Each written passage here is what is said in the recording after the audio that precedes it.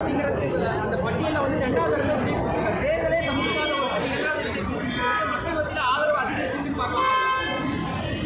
யார் முதல்வர் என்பதை தீர்மானிப்பது மக்கள். தேர்தலுக்கு முன்னாடி ஏதோ ஒரு கருத்து கணிப்பு ஒரு ஊடகம் சொல்றதை வச்சு அதை தீர்மானிக்க முடியாது. பல நேரங்களில் இது மாதிரி தவறான தகவல்களை திட்டமிட்டு தேர்தலுக்கு முன்னாடி இது பரப்புறதுக்கு ஒரு வாய்ப்பு இருக்கு. அதனால வந்து யார் மேல ஜனங்க யார் மேல அனுமானம் வச்சிருக்கிறாங்க, யார் வரணும்னு நினைக்கிறாங்கிறது தேர்தல் தான் மக்கள் கலந்த முடிவு பண்ணும். அதே மாதிரி வருகிற 2026 தேர்தலில் வந்து தாவேகாவுக்கும் திமுகவுக்கும் தான் போட்டி இருக்கும், மற்ற கட்சிகள் பெருசாக இருக்காது. அதாவது ஆளும் கட்சி திராவிட முன்னேற்ற கழகத்திற்கும் தமிழக வெற்றி கழகத்திற்கும் தான் போட்டிங்கிறது சகோதரர் விஜயுடைய அவருடைய அறிக்கை, அவருடைய பேச்சில் அவர் சொல்லியிருக்கிறாரு. அதையும் பொறுத்தவரைக்கு மக்கள் ஆதரவு யாருக்கிட்ட இருக்குங்கிறது தேர்தல் களம் தான். இதுவரைக்கும் அவர் எந்த தேர்தலையும் சந்திக்கல. அவர் அப்படி இருக்கும் பொழுது அவர் அதாவது ஆளுங்கட்சிக்கு எதிரணியை நாங்கள் தான் நிற்கிறோம், மக்கள் எங்கெல்லாம் விரும்புகிறாங்க அப்படி சொல்றது வந்து அது தேர்தல் களம் தான். மக்கள் தான் முடிவு பண்ணணும், நம்ம சொல்லக்கூடாது. அது அவருக்கு வந்து அரசியலுக்கு தான் வந்திருக்கிறார், முதல் தேர்தலை சந்திக்க போறாரு. அந்த தேர்தல் முடிவுகள் பொறுத்தவரைக்கும் மக்கள் மத்தியில் சகோதரர் விஜய்க்கு எவ்வளவு ஆதரவு இருக்குன்னு மக்கள் சொல்லுவாங்க, அவர் சொல்ல முடியாது. அவருடைய அரசியல் பாணி, அவருடைய அந்த வருகை, மக்களுடைய ஆதரவு இப்போதைக்கு நிறைய இடங்களில் கூட்டம் நிறைய சேருது, அவருடைய கருத்துக்களை மக்கள் மத்தியில் சென்று சேருது. ஏற்கனவே பல ஊடகங்கள் இந்த மாதிரி சந்திப்பில் நான் சொல்லியிருக்கிறேன். நான் சகோதரர் விஜய் பொறுத்த வரைக்கும் ஒரு முன்னணி நட்சத்திரம், லட்சக்கணக்கான பேர் அவருக்கு ரசிகர்களாக இருக்கிறாங்க. அதே நேரத்தில் வந்து அரசியல் வேறு, சினிமா வேறு. கூட்டம் வரும், எல்லாருக்கும் கூட்டம் தான் வரும். ஆனால் கடந்த காலங்களில் பொறுத்த வரைக்கும் இந்த மாதிரி சினிமாவில் இருந்து வந்த அனைவருக்கும் சினிமாவில் வந்து நிறைய பேர் ஜெயிச்சிருக்கிறாங்க, நிறைய பேர் தோக்கவும் செஞ்சிருக்கிறாங்க. அது ஜனங்க தேர்தல் கலந்து முடிவு பண்ண முடியும். அவருக்கு ஒரு சினிமா முன்னணி சினிமா நட்சத்திரம் லட்சக்கணக்கான ரசிகர்கள் இருக்கிறாங்க அவருக்கு. அதனால வந்து கூட்டம் கூட அதை வச்சு நம்ம ஒரு முடிவை சொல்ல முடியாது. தமிழக எம்பிக்கள் இங்கே இருக்கக்கூடிய அரசியல் களத்தை திசை திருப்புவதற்காக தான் பாராளுமன்றத்தில் வந்து நடக்கிறாங்க, பாராளுமன்றத்தில் நடக்கிறாங்க, அதை வந்து போராட்டங்கள் செய்கிறாங்க. யார் சொன்னது அது மாதிரி? மொத்தமாக எதிர்கட்சியில் இங்கே இருக்கக்கூடிய எதிர்கட்சிகள் சொல்கிறது அது பாஜகவும் அதான் சொல்றாங்க. அதாவது சமீபத்தில் 2 முக்கியமான பிரச்சனைகள். ஒன்று டீலிமிட்டேஷன், தொகுதி மறுசீரமைப்பு. மற்றொன்று மும்மொழி கொள்கை. இந்தி வந்து கட்டாய திணிப்பு வேண்டாம் நம்ம சொல்றோம். நம்ம இது ரெண்டும் வந்து தமிழ்நாட்டுக்கு மிகவும் முக்கியமான விஷயம். அதாவது டீலிமிட்டேஷன், தொகுதி மறுசீரமைப்புங்கிறது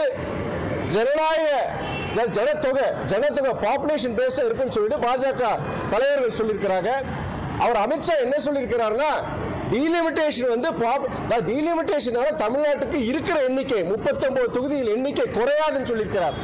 அதே வேளையில் இப்போ பாப்புலேஷன் பேஸ்ட் ஜனத்தொகை அடிப்படையில் இருக்குன்னு வச்சுக்கோங்க, இந்த 543 800 அதிகரிக்கலாம், லோக்சபா சீட்ஸ் அதிகரிக்கலாம்.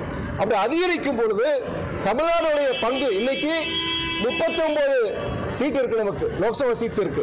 543ல 7.2 விழுக்காடு 7.2% 39 சீட்டு. இந்த 7.2% இது குறையுமா, குறையக்கூடாது அப்படிங்கிற நம்ம சொல்ற அதை கேட்கிற கேள்விக்கு பாஜக வந்து பதில் சொல்லல. தமிழ்நாடு பாஜக தலைவரும் பதில் சொல்லல, ஒன்றிய அரசியல் சார்ந்த அமித்ஷா போன்ற பதில் சொல்லல. 39 குறைய சொல்றாங்க.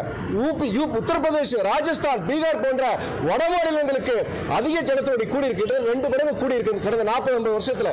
அவங்களுக்கு வந்து எண்ணிக்கை கூடும் பொழுது தமிழ்நாடுக்கு அதுக்கு ஏற்ப அது கூடுமாங்கிறது சந்தேகமா இருக்கு. அதே நேரத்தில் அந்த 7.2 விழுக்காடு தமிழ்நாடுடைய பங்கு குறையக்கூடாது, அதுக்குண்டான பதில் அவங்க சொல்லலாம்.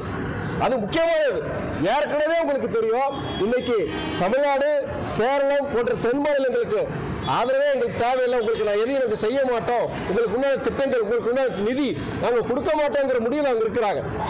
வட மாநிலங்களுடைய எண்ணிக்கை லோக்சபா சீட்ஸ் கூடும் பொழுது நாளைக்கு நம்ம எல்லா 4 தென் மாநிலங்கள், நீங்க ஆந்திரா, தெலுங்கானா, கர்நாடகா, தமிழ்நாடு உட்பட எல்லாமே கிட்டத்தட்ட 5 தென் மாநிலங்கள் தென் மாநிலங்களில் நீங்கள் என்னன்னா நீங்கள் உங்கள் இது எதுவுமே தேவையில்லை.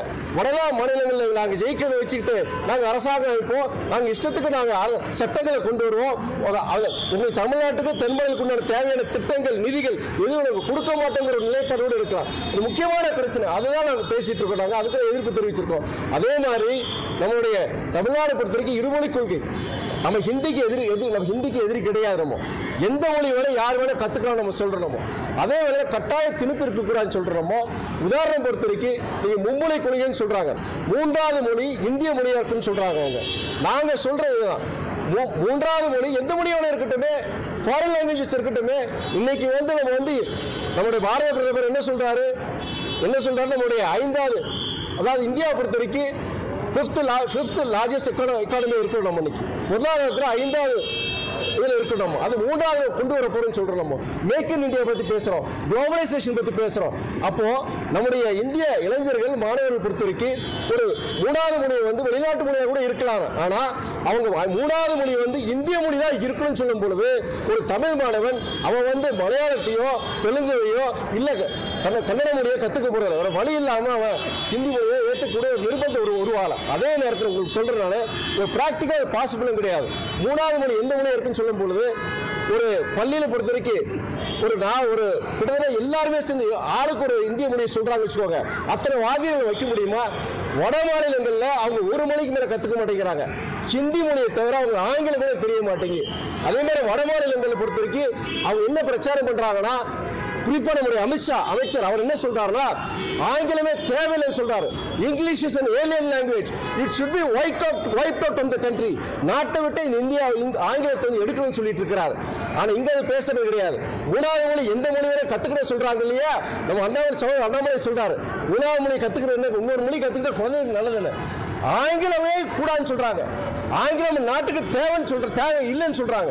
நம்ம உங்களுக்கு தெரியும் தமிழ்நாடு பொறுத்த வரைக்கும் இன்னைக்கு ஆங்கில புலமை இருக்க போகிற நம்முடைய இளைஞர்கள் இன்னைக்கு உலகத்தில் இருக்க அத்தனை துறைகளிலும் நம்ம அது ஆதிக்க செலுத்தும். அது காரணம் இங்கிலீஷ் ப்ரொஃபிஷியன்சி. அது இதனால வந்தது நமக்கு இந்த இருமொழி கொள்கை, இந்த 2 லாங்குவேஜ் பாலிசியில் வந்தது.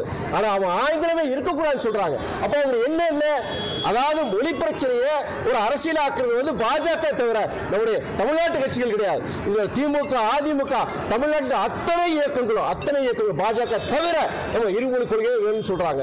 அதே மாதிரி டீலிமிட்டேஷன் அதே மாதிரி தான். எல்லாருமே அன்னைக்கு அது முதலமைச்சர் கூட்டத்துக்கு எல்லாருமே வந்தாங்க பாஜக தவிர. தமிழ்நாட்டு நலனுக்கு தமிழ் மக்களுக்கு எதிராக செயல்பட யாரும் கிடையாது, பாஜக ஒண்ணுதான். ஆனா புதிய கல்விக் கொள்கையில 1வது இருந்து 5வது வரைக்கும் தாய்மொழியில தான் படிக்கணும்னு சொல்லி தமிழ்நாடு பொறுத்தவரைக்கும் அது தமிழ் மொழியில தான் 1வது இருந்து 5வது. அந்த பாயிண்ட் எப்படி பார்க்கணும்? அதாவது தாய்மொழியில படிக்கிறது நம்ம யாருமே ஏற்கனவே யார் விருப்பம். ஸ்டேட் போர்ட் ஸ்கூல்ஸ் இருக்கு, ஸ்டேட் போர்டு அதாவது அரசு பள்ளிகள் இருக்கு. அரசு பள்ளிகளை பொறுத்த வரைக்கும் நீங்க தமிழ் மொழியில் படிக்கணும், யாரோட படிக்கலாம்.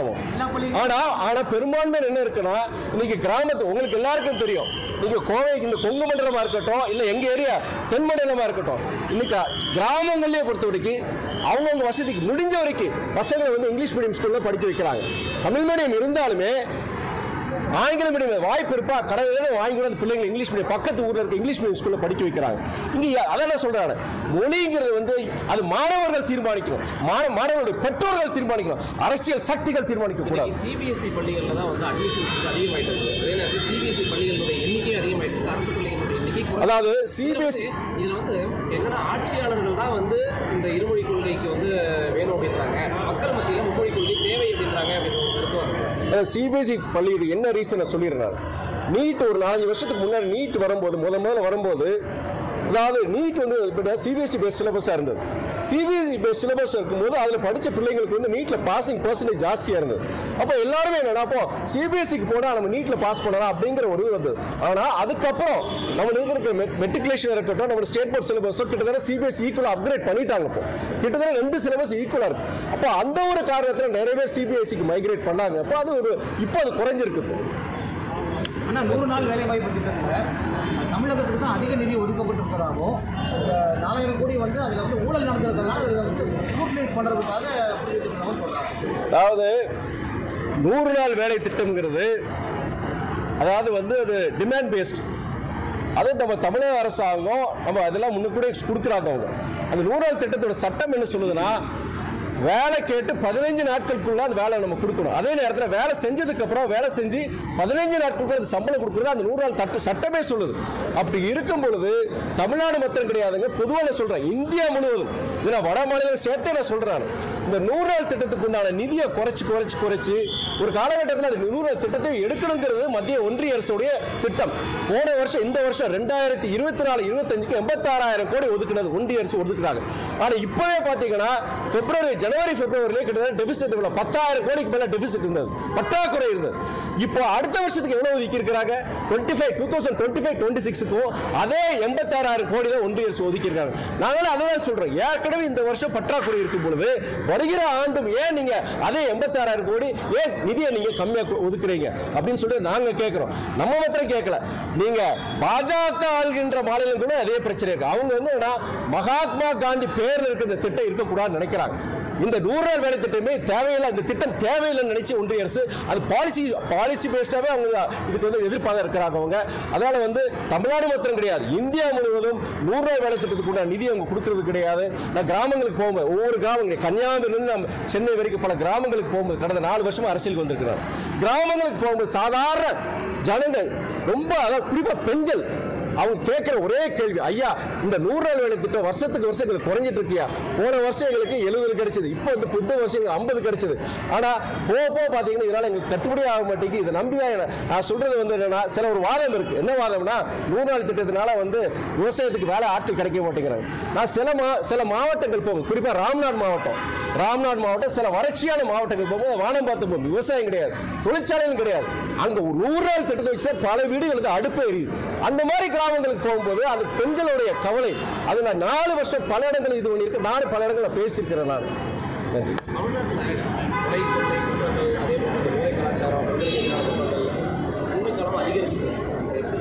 அதாவது என்டிஏ கூட்டணியில் இருக்க தலைவர்கள் அண்ணன் ஜி.கே. வாசன் உட்பட, ஜி.கே. வாசன் அவர் அண்ணன் வந்து நேற்று ஏதோ ஒரு இடத்துல ஆர்ப்பாட்டம் பண்ணியிருக்கிறாங்க.